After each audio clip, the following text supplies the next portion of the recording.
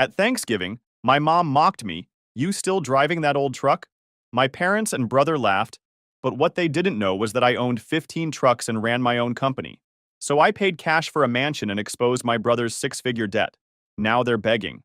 Hey Reddit, I've been putting off writing this for months, but after everything that went down at Thanksgiving, I need to get this off my chest. This is going to be long, but trust me, it's worth the read. I 34 male, and for the past 15 years, my family has treated me like the biggest disappointment in 3 generations. Why? Because I chose what they call a boring career in logistics and transportation. While my younger brother Kevin, 29, has been jumping from one get-rich-quick scheme to another, I've been quietly building something real, something they never bothered to ask about. But let me start from the beginning, because the family dynamics didn't just appear overnight. Growing up, our parents, Mom 58 and Dad 61, made it crystal clear who the golden child was. Kevin was the charismatic one, the social butterfly, the kid who could charm teachers into giving him extensions and talk his way out of trouble. Me, I was the quiet, methodical one who actually did his homework on time and never caused drama. You'd think parents would appreciate having one easy kid, right? Wrong. Apparently, being reliable is boring. Being responsible is forgettable. Kevin's wild stories about sneaking out, getting caught drinking, or failing tests because he was too busy living life became dinner table entertainment. My story about getting promoted to shift supervisor at the warehouse where I worked summers? That's nice, honey. Kevin, tell us about that girl you met at the beach. The pattern was set early and it never changed. Kevin was the star. I was the supporting character in my own family's story. When I graduated high school, I had a choice. I could take out massive student loans to go to college like Kevin did, majoring in something impractical like communications while partying for 4 years. Or I could start working full-time at the logistics company where I'd been doing part-time work, learning the business from the ground up. I chose the latter. Big mistake, according to my family. You're wasting your potential, Mom said when I told them my decision. Look at Kevin, he's going to get a real education, make real connections. You're going to be stuck loading trucks your whole life. Dad was worse. I didn't work 60-hour weeks so my son could waste his life in some warehouse. Kevin's going to be somebody. He's got ambition. The thing is, I did have ambition. Huge ambition. I just wasn't interested in broadcasting it to people who wouldn't understand anyway. I started at Peterson Logistics making $12 an hour sorting packages. But I paid attention to everything. How the routes were organized, which drivers were efficient, why certain deliveries always ran late, how fuel costs affected profitability. I asked questions. I volunteered for overtime. I learned how to drive the big rigs during slow periods. Within 2 years, I was a dispatcher. Within 4, I was managing routes for the entire Northeast Corridor. By year 6, I was assistant operations manager, making more money than Kevin would see for years after college. But did my family know or care? Hell no. Every family gathering was the same routine. Kevin would waltz in with stories about his fraternity, his internships, his big plans after graduation. Meanwhile, I'd get the obligatory, "How's the truck driving going, Mike?" followed by immediate topic changes. The worst part was how they'd introduce me to people. This is our son, Mike. He works in transportation. And this is Kevin. He's studying business at State, going to run his own company someday. Kevin, meanwhile, was accumulating debt like it was a hobby. Student loans, credit cards, that car his parents co-signed for because he needed something reliable for his internships. But hey, at least he wasn't just driving trucks like his boring brother. After Kevin graduated, the comparisons got even worse. He bounced from job to job, each one supposedly a stepping stone to bigger things. Sales associate at a tech startup that folded in 6 months. Marketing coordinator at a wellness company that turned out to be a pyramid scheme. Account manager at a firm that laid him off after 8 months. But every failure was spun as experience and networking and finding his passion. Meanwhile, I'd been promoted to operations manager, was earning a 6-figure salary, and had started making plans to break out on my own. The truck thing became their favorite running joke. I drove a 2003 Chevy Silverado that I'd bought, used, and maintained meticulously. It wasn't pretty, but it was reliable and paid off. To them, it was proof that I'd never amount to anything. "Mike, when are you going to get a real car?" Kevin would ask at every family barbecue, standing next to his leased BMW that cost more per month than my mortgage payment. "That thing's older than some of my co-workers." Mom would chime in with her concerned voice. "Honey, I worry about you driving that old truck. What if it breaks down? Don't you want something newer, something that shows you're doing well?" The answer was always the same. The truck worked fine. I didn't care about impressing people, and I had better things to spend money on. They'd exchange those looks, the ones that said, "Poor Mike, no ambition, no pride in his appearance." If they'd bothered to ask what those better things were, they might have learned something interesting, like the fact that I was saving every possible penny, learning everything I could about the trucking industry, and identifying opportunities that bigger companies were too slow or too arrogant to see. The independent contractor drivers who worked with Peterson were always complaining about the same things: unreliable dispatch, poor route planning, equipment that broke down constantly, and companies that treated them like disposable assets instead of partners. I saw a business opportunity. When I was 28, I made my move. I left Peterson and started M&D Transport with my buddy Danny, who'd been driving for 15 years and knew every highway, truck stop, and shortcut between Maine and Florida. We started with one truck, a used Peterbilt that we bought with our combined savings and a small business loan. Our model was simple: treat drivers like partners, maintain equipment properly, use technology for efficient routing, and build relationships with shippers who valued reliability over rock-bottom prices. We targeted medium-distance hauls that the big companies found less profitable, but we could handle efficiently. The first year was brutal: 18-hour days, sleeping in the truck cab, eating gas station food, and wondering if we'd made the biggest mistake of our lives. But by month 10, we were consistently profitable. By year 2, we had 3 trucks. By year 4, we had 8 trucks and were consistently booked solid. My family had no idea. None. Not because I was hiding it, but because they never asked specifics about my work. When they asked how the truck driving was going, I'd say fine or busy, and they'd immediately pivot to Kevin's latest venture or relationship drama. The contrast with Kevin's career was becoming comical.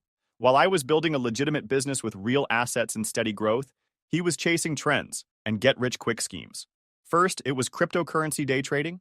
Then, it was dropshipping products from China. Then, it was becoming a social media influencer for entrepreneur lifestyle content. Each new venture came with big announcements at family dinners. Kevin would explain his brilliant new strategy, complete with projected earnings and plans for scaling up. Our parents would ooh and ah and ask detailed questions and tell everyone they knew about Kevin's latest innovative business idea. Meanwhile, I'd quietly grown M&D Transport to 15 trucks, employed 22 people, and was generating annual revenue that would have shocked them speechless if they'd known. But truck driving was boring, so they never asked for details. The mansion purchase was what finally broke the camel's back. By last year, the business was doing well enough that I started looking for a house to buy. Not just any house. I wanted something that reflected what I'd built. Something that said, "I made it," without having to say it out loud. I found a 6,800 square foot colonial on 12 acres, about 20 minutes from where I grew up. It wasn't ostentatious, but it was unmistakably successful. 5 bedrooms, 4.5 baths, gourmet kitchen, 3-car garage, pool, and a view that went on for miles. The price tag was $1.2 million. I paid cash. No mortgage, no financing, no debt. Just a wire transfer from my business account to theirs. Did I tell my family immediately? Of course not. Why break a 15-year streak of them not being interested in my life? I moved in quietly over a weekend in September. Danny and some of the other guys from work helped me move furniture and get settled. We had a barbecue that first Saturday night, sitting on my back deck, looking out over my property, and talking about how far we'd come since those early days of sleeping in truck cabs. The plan was to tell my family at Thanksgiving. Not make a big announcement, just casually mention that I'd bought a house and see how long it took them to ask where or what kind. I figured it would be amusing to watch their assumptions play out. But Kevin beat me to the punch with his own Thanksgiving announcement. 2 weeks before the holiday, Mom called with exciting news. Kevin has something wonderful to share with everyone at Thanksgiving. He's finally found his calling. He's starting an import business, bringing artisanal goods from South America to boutique stores here. He's already got investors lined up. Great, I thought. Another Kevin venture for everyone to fawn over while I sat quietly eating turkey and mashed potatoes. But this one felt different. Mom was more excited than usual, and she kept mentioning how Kevin had really done his research this time, and how the numbers looked amazing, and how this could be the big break he's been working toward. I figured I'd let Kevin have his moment, then casually mention my house purchase afterward. What I didn't expect was for the whole thing to blow up in the most spectacular way possible. Thanksgiving started normally enough. Kevin showed up in his BMW, wearing an expensive suit that probably cost more than most people's monthly rent. He was practically bouncing with excitement, barely able to contain whatever big announcement he was planning. I arrived in my trusty Silverado, wearing jeans and a button-down shirt. The reactions were predictable. Mike, you're still driving that old truck? Kevin laughed, shaking his head. Dude, it's embarrassing. What are you too cheap to buy something from this decade? Dad chimed in with his concerned parent voice. Son, that truck's got to be costing you more in repairs than a car payment would.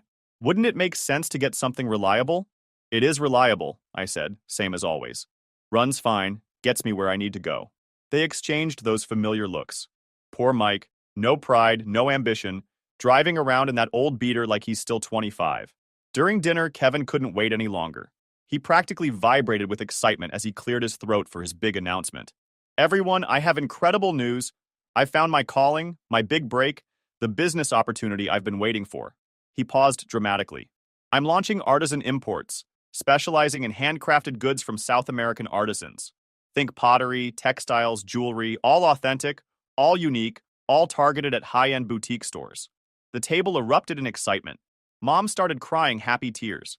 Dad raised his wine glass for a toast. My aunt and uncle asked detailed questions about the business model, the market opportunity, the growth potential. Kevin ate it up. He explained how he'd identified an underserved niche, how he'd already connected with artisans in Peru and Colombia, how he'd lined up potential retail partners. He pulled out his phone and showed pictures of beautiful pottery and colorful textiles. The initial investment is significant, he said, but the profit margins are incredible. We're talking about 400% markups on authentic artisan goods that cost almost nothing to produce but retail for premium prices here. How much initial investment? Dad asked. Kevin's smile got even bigger. I need $180,000 to get started. Inventory, shipping, business licenses, marketing, the whole package. But I've already got investors who believe in the vision. Mom squeezed his hand. We're so proud of you, Kevin. This sounds amazing. Then Kevin dropped the bomb. Actually, Mom and Dad are my lead investors. They're putting in $120,000 to get things started. They believe in me that much. The table went quiet. My fork stopped halfway to my mouth. $120,000. That was a huge chunk of money for my parents, who lived comfortably but had never been wealthy. Where did they get that kind of cash? Dad cleared his throat. We took out a home equity loan. Kevin's business plan is so solid, we couldn't pass up the opportunity to be part of his success. My stomach dropped. They'd borrowed against their house to fund Kevin's latest scheme. Their house, the one they'd worked 30 years to pay off, was now collateral for Kevin's import business. But everyone else was still celebrating. My aunt called it a smart investment in family. My uncle praised Kevin's entrepreneurial spirit. My cousin asked if Kevin needed any additional investors. That's when Mom turned to me with her familiar pitying smile. Mike, honey, you should think about Kevin's business. Maybe there's a way you could be involved too. Your truck driving contacts might know people who need authentic decorative pieces for their offices. The whole table chuckled. Yeah, let me ask the warehouse guys if they want $200 Peruvian pottery for their break rooms. Actually, I said quietly, I've got some news too. Kevin barely looked up from his phone, where he was showing more product photos. What's that? I bought a house. That's nice, Mom said absently, focused on Kevin's phone screen. Where? Riverside Estates. Now I had their attention. Riverside Estates was the nicest neighborhood in our area. Houses there started at $800,000 and went up from there. Kevin looked up from his phone. You mean like a condo in Riverside? I didn't know they had any affordable units there. Not a condo, a house. 6,800 square feet, 12 acres. Dead silence. Dad frowned. What do you mean you bought a house there? Those places cost $1.2 million. Paid cash. You could have heard a pin drop. Kevin's mouth hung open. Mom's wine glass stopped halfway to her lips. Dad just stared at me like I'd announced I was actually an alien. That's not possible, Kevin said finally. You drive trucks. There's no way you have that kind of money. I pulled out my phone and showed them the real estate listing I'd saved. Their faces went through a range of expressions as they scrolled through pictures of my kitchen, my master suite, my 3-car garage, my pool. How? Dad whispered. I own a trucking company, M&D Transport. 15 trucks, 22 employees, $7 million in annual revenue. Kevin's face went white. What? I've owned it for 6 years. Started with 1 truck, built it up. We specialize in medium haul freight, focus on reliability and customer service. It's been pretty successful. The questions came rapid fire after that. How long had I owned a company? Why didn't I tell them? What exactly did the business do? How much money was I making? I answered everything honestly. How I'd seen an opportunity and seized it. how I'd reinvested profits back into the business instead of spending money on flashy cars or expensive clothes, how I'd built something real and sustainable instead of chasing get-rich-quick schemes. Kevin got more agitated with every answer. This doesn't make sense. You've been driving that old truck, living in that tiny apartment. I moved out of the apartment 3 months ago. The truck's for sentimental reasons. It was my first work vehicle, and I never saw the point in flashy displays when I was building a business. That's when Kevin made his biggest mistake. Instead of congratulating me or asking how I'd done it, he got defensive and angry. "This is bullshit," he snapped. "You're making this up to steal attention from my announcement. Show me proof." I showed him proof. Bank statements, business registration documents, photos of my trucks with the company logo. Kevin's face got redder with each piece of evidence. "You've been lying to us for years," he accused. "Pretending to be some poor truck driver while you're actually rich? What kind of sick game is that? I never lied about anything. You all just never bothered to ask specifics about my work. Every time someone asked how the truck driving was going, I said busy or going well, and you'd immediately change the subject to Kevin's latest venture." Mom looked hurt.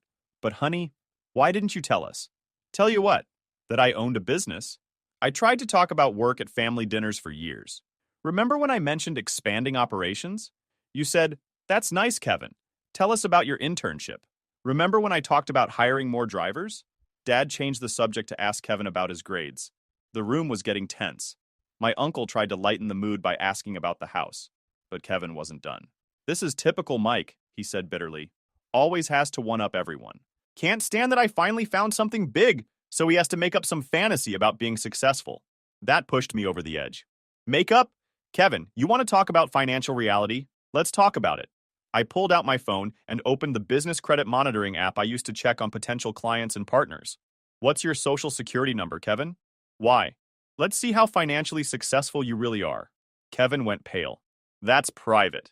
"Come on, big successful entrepreneur. Nothing to hide, right?" Dad stepped in. "Boys, let's not." But I was done being the quiet, dismissed brother. "Kevin's been talking about his big import business, how it's going to make him rich. Let me guess.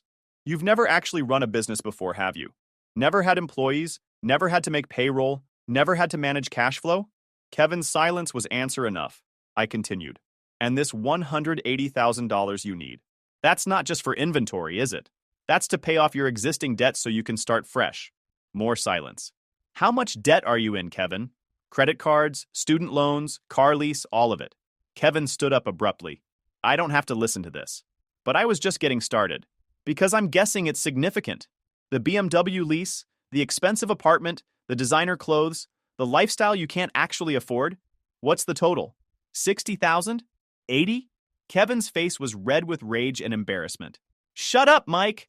Higher! Jesus, Kevin, how much?" That's when he cracked. "It's not that much. The credit cards are only at $43,000, and the student loans are almost paid down to $67,000, and the car is just $18,000 left, and—" He stopped, realizing he'd just confessed to being over $128,000 in debt in front of the entire family. The silence was deafening. Dad's face went through several color changes. $128,000 in debt? Kevin, you told us you were financially stable. You said the business investment was going to make us all rich. Mom looked like she might faint. You didn't tell us about any debt when you asked us to invest. Kevin tried to recover. "It's not debt, it's leveraging. All successful entrepreneurs use leverage. The import business will pay everything off and more." I laughed, but there was no humor in it.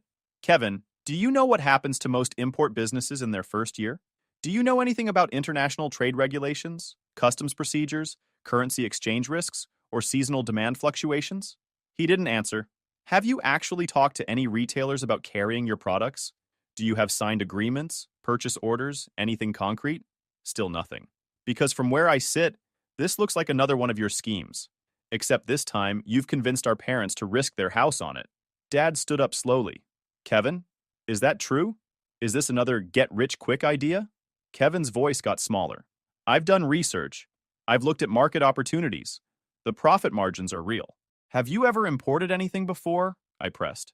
"Do you know how to handle customs clearance? Do you understand the tax implications? Have you researched your competition?" Each question hit like a hammer.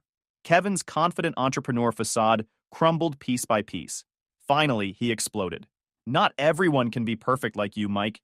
Not everyone can just magically build a successful business. Some of us have to try different things, take risks. Taking risks with your own money is one thing, I shot back. Risking our parents' house because you're too proud to get a regular job is something else entirely. The family dinner was officially ruined. Kevin stormed out, slamming doors and peeling out of the driveway in his leased BMW. The rest of us sat in uncomfortable silence, picking at our cooling turkey. Dad finally spoke up. Mike, we owe you an apology. We haven't been fair to you. Mom was crying. I had no idea you'd built something so successful. I'm so sorry we never asked, never paid attention, but I wasn't interested in apologies anymore.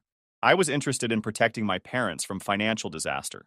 Dad, you need to cancel that home equity loan immediately. Don't give Kevin a penny. But we already signed the papers. The money's already been transferred to Kevin's business account. My heart sank. How much? The full $120,000. He said he needed it right away to secure the initial inventory shipments. I closed my eyes. Kevin had taken $120,000 of their home equity, and knowing Kevin, it was probably already spent on paying down his debts, not on any legitimate business expenses. I need to make some calls, I said.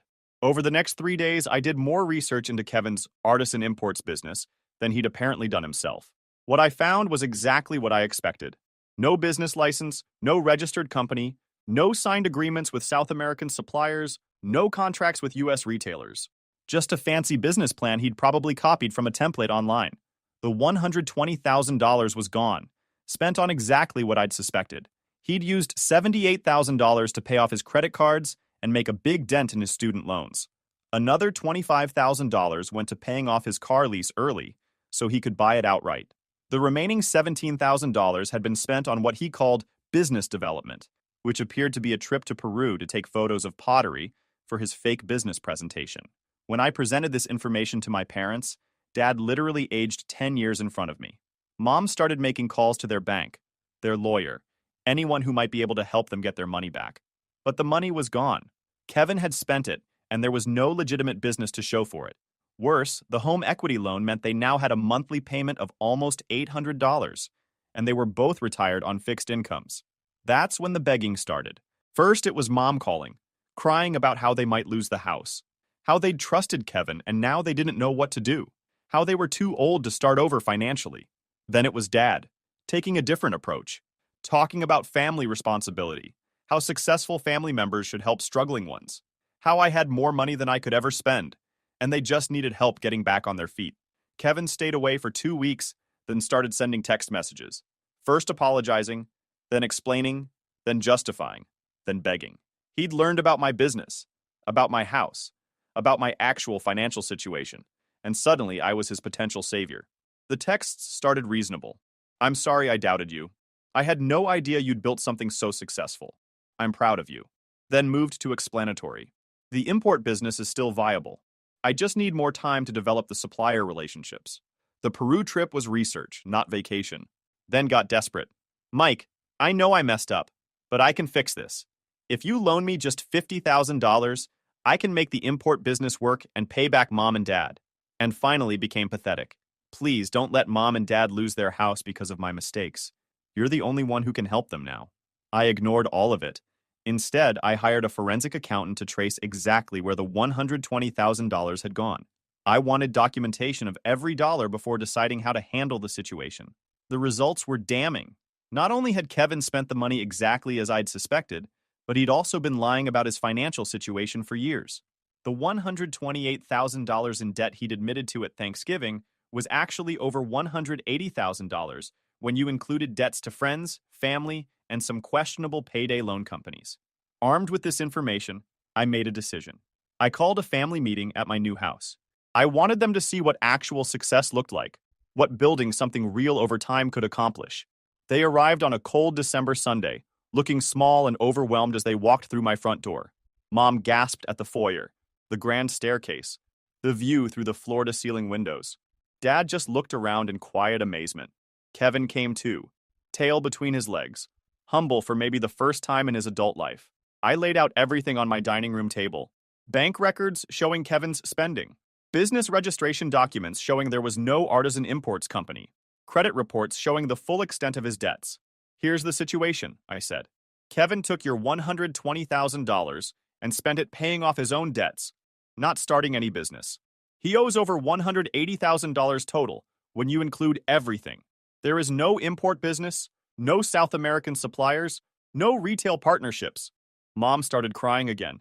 Dad looked like he wanted to strangle Kevin, but I wasn't done. However, I continued, I'm prepared to make you an offer. They all looked up hopefully.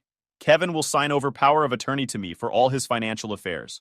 He'll move back in with you, get a regular job, and follow a strict budget that I create. Every penny he earns above basic living expenses goes toward paying you back. Kevin started to protest, but I held up my hand. In exchange, I'll pay off your home equity loan. $120,000, transferred to your bank tomorrow morning. Your house is safe. The relief on my parents' faces was immediate. But Kevin looked panicked. Mike, I can't sign over power of attorney. I'm an adult. I have rights. You have the right to declare bankruptcy and let mom and dad lose their house? I agreed. Your choice. He tried a different approach. What about my business plans? What about my potential? I laughed. Kevin, you're 29 years old and you've never held a job for more than 8 months. You've never successfully completed any business venture. You just stole $120,000 from our retired parents to pay off your credit card debt. Your potential is to work at a regular job like a normal person. But I'm an entrepreneur. No, you're a scammer who finally ran out of victims. That was harsh, but it needed to be said. For 15 years, I'd watched my family enable Kevin's delusions while dismissing my actual accomplishments. Someone had to inject reality into the situation. Kevin signed the papers. Not happily, but he signed them. The next morning, I transferred $120,000 to my parents' bank account to pay off their home equity loan. That afternoon, I moved Kevin into a studio apartment near a distribution center where I'd arranged a job for him as a warehouse associate. Starting salary, $16 an hour. The same job I'd started with 15 years earlier. Over the next few months, the family dynamic completely shifted. My parents, grateful and embarrassed, started showing genuine interest in my business. They asked questions, visited my facilities, met my employees. For the first time in my adult life, they seemed proud of what I'd built. Kevin, meanwhile, was learning what actual work looked like. 40 hours a week, time clocks, supervisors, overtime when necessary. No flexible schedule, no creative freedom, no get-rich-quick schemes. He hated every minute of it.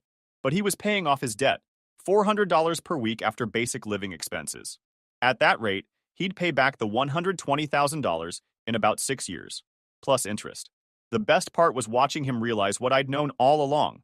Building something real takes time, patience, and consistent effort. There are no shortcuts to genuine success. My parents now introduce me as our son Mike, who owns a successful trucking company. They ask about my employees, my business challenges, my expansion plans.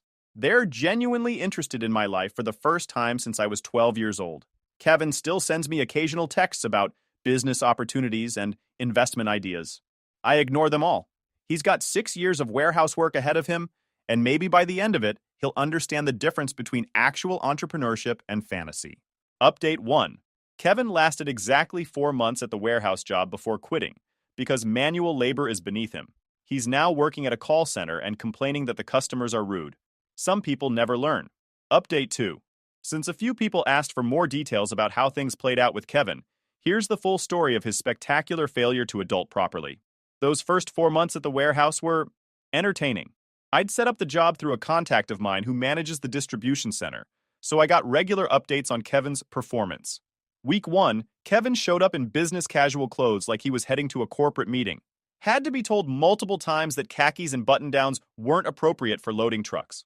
Complained that the uniform polo shirts were not his style, and asked if he could wear his own shirts as long as they were the right color. Week 2, he started showing up late consistently. Not massively late, just 5 to 10 minutes, but enough to irritate his supervisor. When called out on it, Kevin explained that he's not really a morning person and suggested they accommodate his natural schedule by letting him start later and work later. In a job that requires coordination with truck schedules. Yeah. By week 3, Kevin had convinced himself that his college degree and business experience made him management material. He started offering unsolicited suggestions about workflow optimization and employee scheduling. His supervisor, a guy named Rodriguez, who's been doing this for 15 years, was not impressed. Rodriguez told me later, "Your brother keeps trying to redesign our entire operation based on something he read online. Kid's been here 3 weeks and thinks he knows better than people who've been doing this since before he was born. Week 4 was when Kevin discovered he actually had to do physical work, like consistently, for 8 hours straight. For 8. The job involved moving boxes that weighed up to 50 pounds, and Kevin had clearly never lifted anything heavier than his laptop. He started complaining about back pain, asked if there was a gym membership benefit so he could build up to the physical requirements, and suggested they invest in better ergonomic equipment. Month 2, Kevin tried to organize a union, not because of legitimate workplace issues, but because he thought having union organizing experience would look good on his resume for future business ventures. The attempt lasted exactly 1 lunch break before his coworkers told him to knock it off. He also kept trying to network with truck drivers, thinking he could learn about transportation industry opportunities. Most of our drivers have been doing this for decades and could spot Kevin's BS from a mile away. One driver, Tommy, told me, "Your brother asked me if I knew about any disruptive transportation technologies he could invest in. Kid doesn't even know how to properly load a truck, but he wants to revolutionize the industry." Month 3 was when Kevin discovered that warehouse work doesn't stop for personal convenience. He requested time off for a business conference, which turned out to be a cryptocurrency seminar he'd paid $200 to attend. When told he couldn't have the time off without advance notice, he called in sick. His supervisor checked his Instagram and found photos of Kevin at the conference, networking and posting about exploring investment opportunities. The final straw came in month 4. Kevin had been assigned to train a new hire, which he saw as validation that management recognized his potential. Instead of actually training the guy, Kevin spent the shift explaining his various business ideas and trying to recruit the new employee as a potential business partner. When the new hire couldn't properly do his job because Kevin had spent 0 time actually teaching him warehouse procedures, both Kevin and the new guy got called into the supervisor's office. Kevin tried to explain that he was developing the employee's entrepreneurial mindset and that traditional training was limiting his potential. Rodriguez finally lost it, told Kevin that this was a warehouse, not a business incubator, and that his job was to move boxes, not pitch investment schemes to new employees. Kevin quit the next day, claiming the work environment was stifling his creativity and incompatible with his professional development goals.